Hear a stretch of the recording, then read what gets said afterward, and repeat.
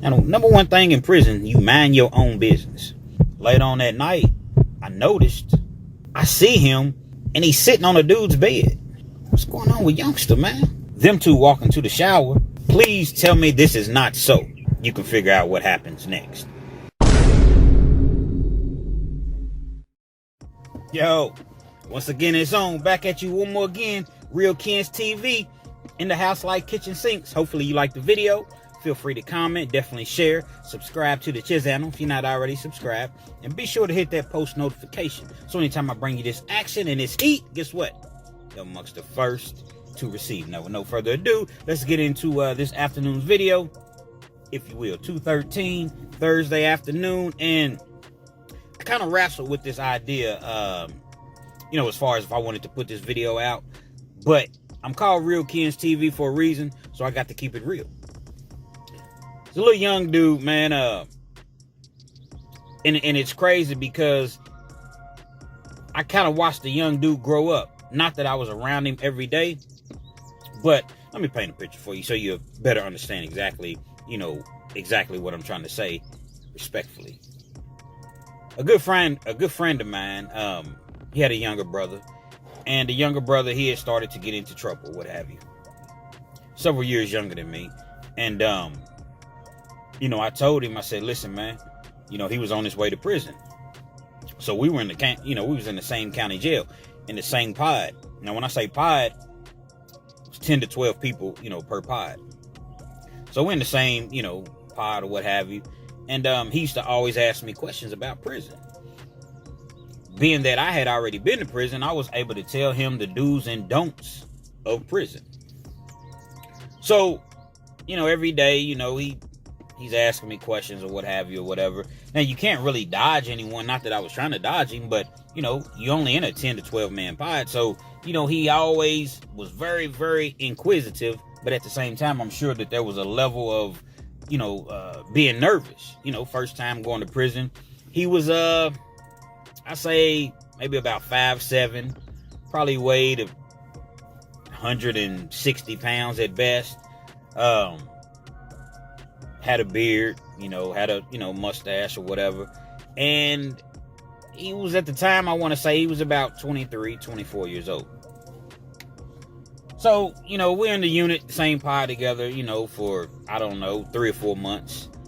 And at that point, he got sent off.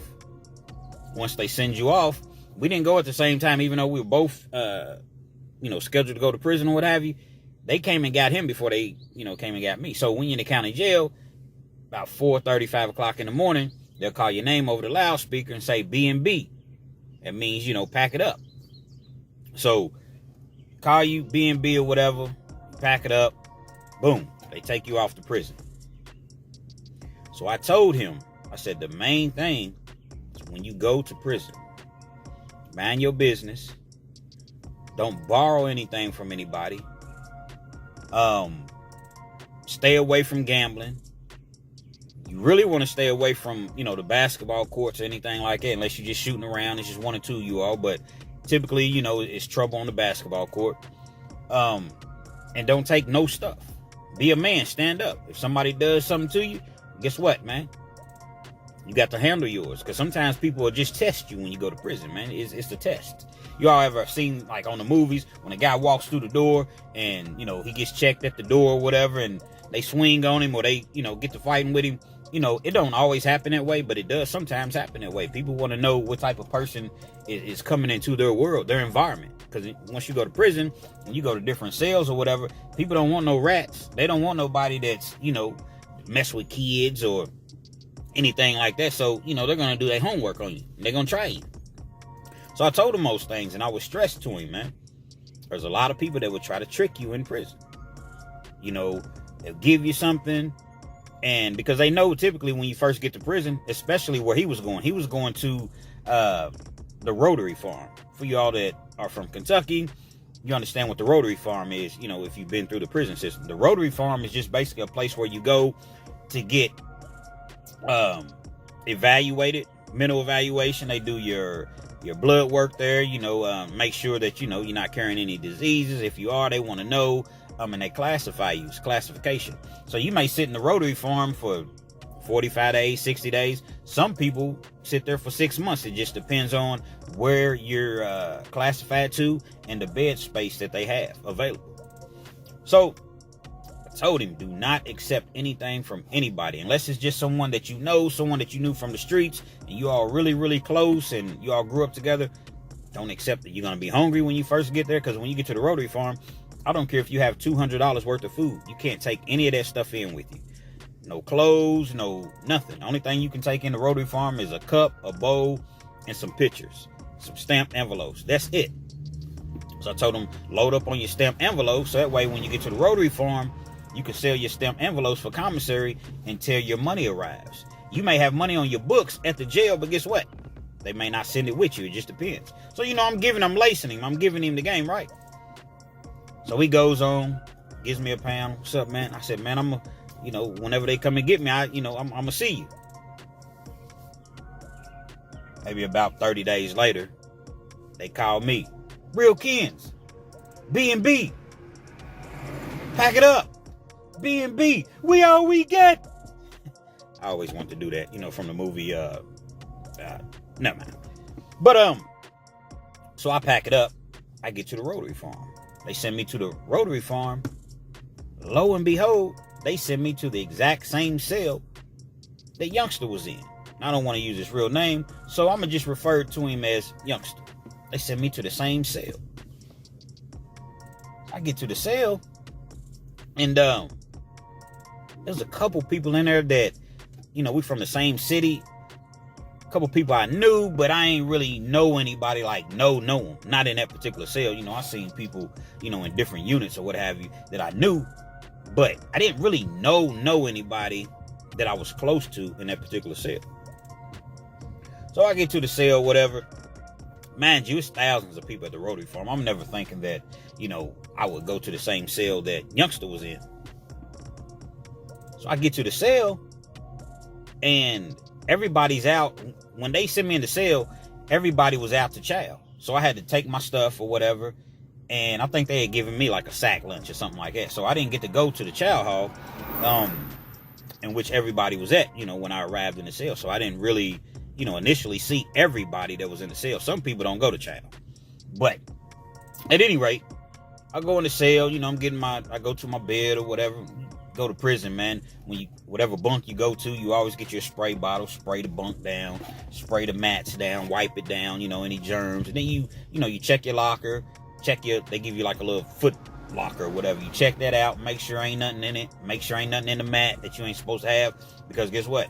If somebody has stuffed something in the mat and they do a shakedown, they catch you with it, it's yours. Even though you just got there, you didn't even know it was under there. It's yours. So you always do these things, upon arriving at prison. And, once they give you your bed space or what have you. So I'm doing all these things or whatever. And I end up going to sleep. It's a long day. When they come and get you, as I mentioned, it's 4:30 in the morning. So I end up, going to sleep or whatever. I wake back up. And I happen to see Youngster in the cell. So I'm like, hey, what's up, Youngster, man? How you doing, man? What's up with you, man? He's like, hey, how you doing, man? And just kept walking. I'm like, man, what the heck is going on, man? And he looked different. He didn't have a beard. His face was clean shaven. He didn't have no facial hair. And I'm looking at him like, what's going on? I'm like, I'm tripping, man. So he didn't really say much to me. Later on that night, I noticed. Okay, let me explain to you how the actual pods are set up, or the dorms are set up.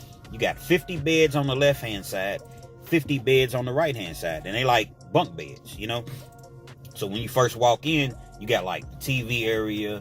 You got a couple tables set up where you can play your games, where you can eat at. They got the phones on the wall. And then at the very, very end of the aisle is probably, I don't know how many feet it is. Maybe 30 yards, 40 yards, something like that. I don't even know if it's that far. It's the bathroom at the end of the cell. So like I said, on each side, you got the, bunk beds or whatever. So I see him and he's sitting on a dude's bed. I'm like, what is going on? And number one thing in prison, you mind your own business. You mind your own business in prison. But in my mind, I'm like, what's going on with youngster, man? So I look up, he's sitting on the bed. He ain't saying nothing. He's just sitting there on the bed. I'm starting to really, really wonder. I'm like, so I really want to go over there and be like, youngster, what's going on, man? You all right? You good? But at the same time, I'm just getting there. I don't know what's going on. Plus, I'm not a hero.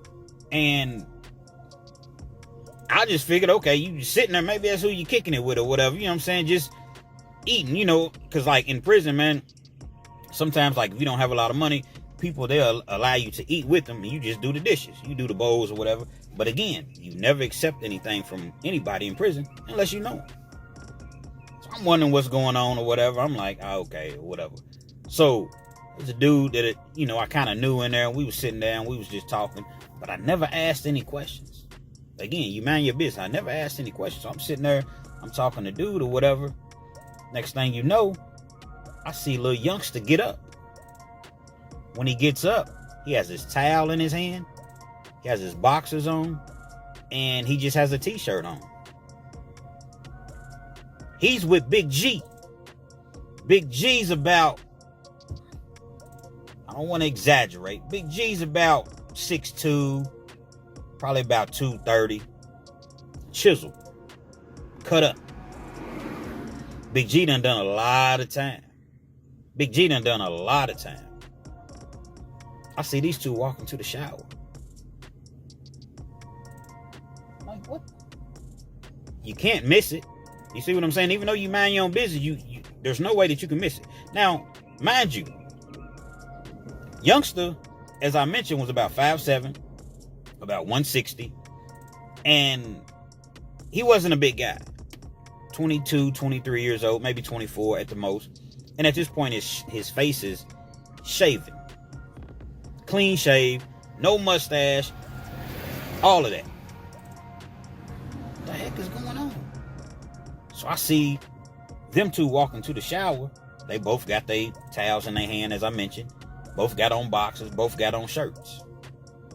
As they're going to the shower, there's about 3 other dudes that go into the bathroom with them. Now, when they go in the bathroom with them, they're standing guard outside of the showers, because the way that the bathroom is, it's a nice sized bathroom. So when you go into the bathroom, you probably have maybe 4 or 5 sinks, 4 or 5 toilets. It's kind of on the left side. On the right hand side, you have a shower. The shower can hold maybe about 7 or 8 people. So they go into the shower, and the 3 dudes that walked back there, they were kind of like standing guard to make sure nobody went into the shower, and to make sure that if security or somebody came, you know, because oftentimes the COs come through, and they had it timed too. They had it timed. That's what I noticed, because after the CO did his walkthrough, you might not see the CO again for another 30, 45 minutes. So after the CO did his last walkthrough, they walk to the shower together. They get in the shower. Now, when you're in the shower, what they do is they cut on all the shower heads. So when you cut on all the shower heads, it fogs up the window. You can't see anything. Excuse me. So they go to the shower together, and I'm like, oh my God, tell me it's not so. Please tell me this is not so. Dude goes in the shower, man. He's in there with Big G, and, you know, I'm quite sure that you can figure out what happens next. They come out of the shower maybe about 30 minutes later, man, and it was just a sad situation, man, because they just walked right back out of the shower like nothing even happened. You know what I mean? Matter of fact, let me tell you, let me rewind that. I'm not editing at this point, so I got to do my manual rewind. Big G comes out of the shower first. Got his boxers on, got his, fresh t-shirt on or whatever, got his towel. He comes out of the shower. After he comes out of the shower, he walks to his bed area. The 3 security dudes that was, standing by or watching or what have you, doing security, they going back to, their regular routine. And a few minutes later, that's when I see youngster come out of the shower. Same attire, dressed, acting like, nothing happened. So I'm looking and I'm evaluating this situation, and I'm torn. I'm really torn because in prison, as I mentioned several times, you got to mind your own business. I'm in there. I don't have none of my partners or homies in there with me. So it's just kind of me. And this dude got security dudes around him. He got, not as though he needed them. Big George was already a monster. And he already had, I don't know. I actually called him by his name, but, my bad. But, he already had, a lot of time in or what have you. So he's known throughout the prison system. I'm like, oh my goodness. I really want to go over and be like, yo, what are you doing, man? What about all the talks we had? What about all the, but what can I really do? I had already told you. I warned you. I told you. Big G was one of them type guys that he liked young white dudes, man. Prison, man, people think that a lot of times it's, come here, turn around. I'm going to take it. Nah, they finesse you. Here you go. Hey, how you doing, man? Need anything, man? I've been around. I can show you around. I can show you everything. Stay away from.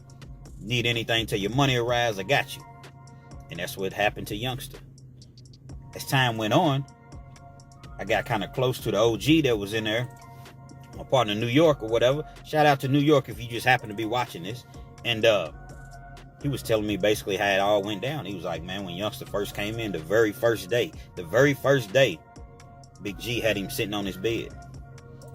About an hour or two later, Youngster went in there and shaved his whole face. They ate good. Big G had some money coming in, so, prison commissary, man, you can buy everything in the commissary that you can buy here on the street. So you eat very, very good if you got some money coming in. Big G never even really went to the chow hall. He didn't really need to. So New York was explaining to me that they ate good. So I can imagine what happened was Big G was like, all right, man, you done ate my food. I done fed you. So this is what I expect of you. This is what I need. Apparently, Youngster didn't give any resistance.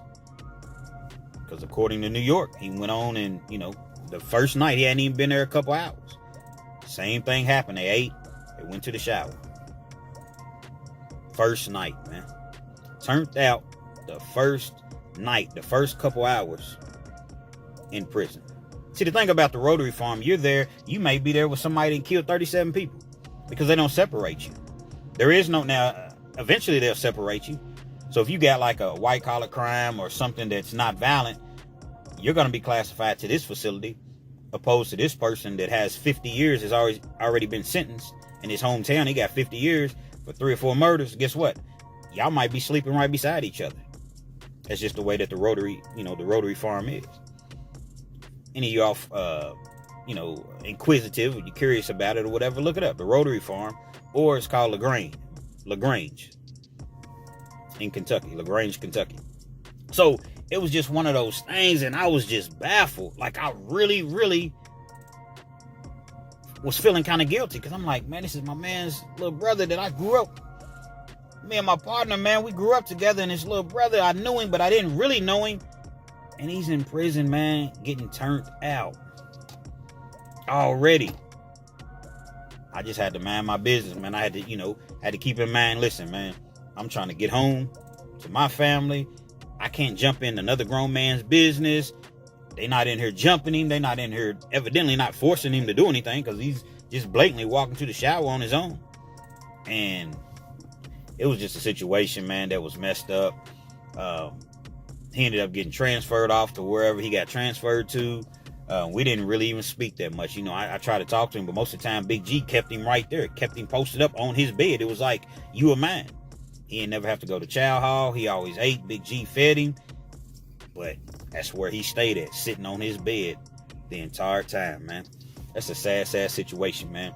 You got kids, man, make sure they see this video. Youngsters, understand this, man. Ain't no guns in prison. Prison is lions, tigers, and bears, man. And when I say that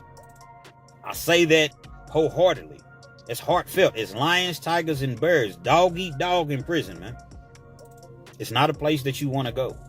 I understand that things get tough out here on the street. I understand you watch these rap videos. I understand you listen to this music. And listen, them guys are not really living that life like that. You know what I mean? Because if you are, you're not getting on national television and on the internet telling everybody, yeah, I just shot 37 people and I just robbed. No, you're not telling everybody that. Understand this is a true story, man. I've seen Lil Youngster a few times over the years. I've never mentioned it. I never told his brother. I've never said a word, man. I've never said not one word. So although I'm telling this story, I'm still not putting his name out there. If you're out there in them streets, kids, youngsters, and you're not living right, think about Lil Youngster that I'm talking about. That never happened to me. Man, you don't know. Remember, you got lions, tigers, and bears. What if three or four of them come and grab you? Come on. Or somebody runs up on you with a knife, with a shank. Well, they just gonna have to kill me. They will. They will. Hopefully you enjoyed the video. Feel free to comment. Definitely share. Subscribe to the channel if you're not already subscribed. Be sure to hit that post notification. So anytime I bring you this action and this heat, guess what? You're amongst the first to receive. Daggone shame what happened to that boy. Real Kings TV.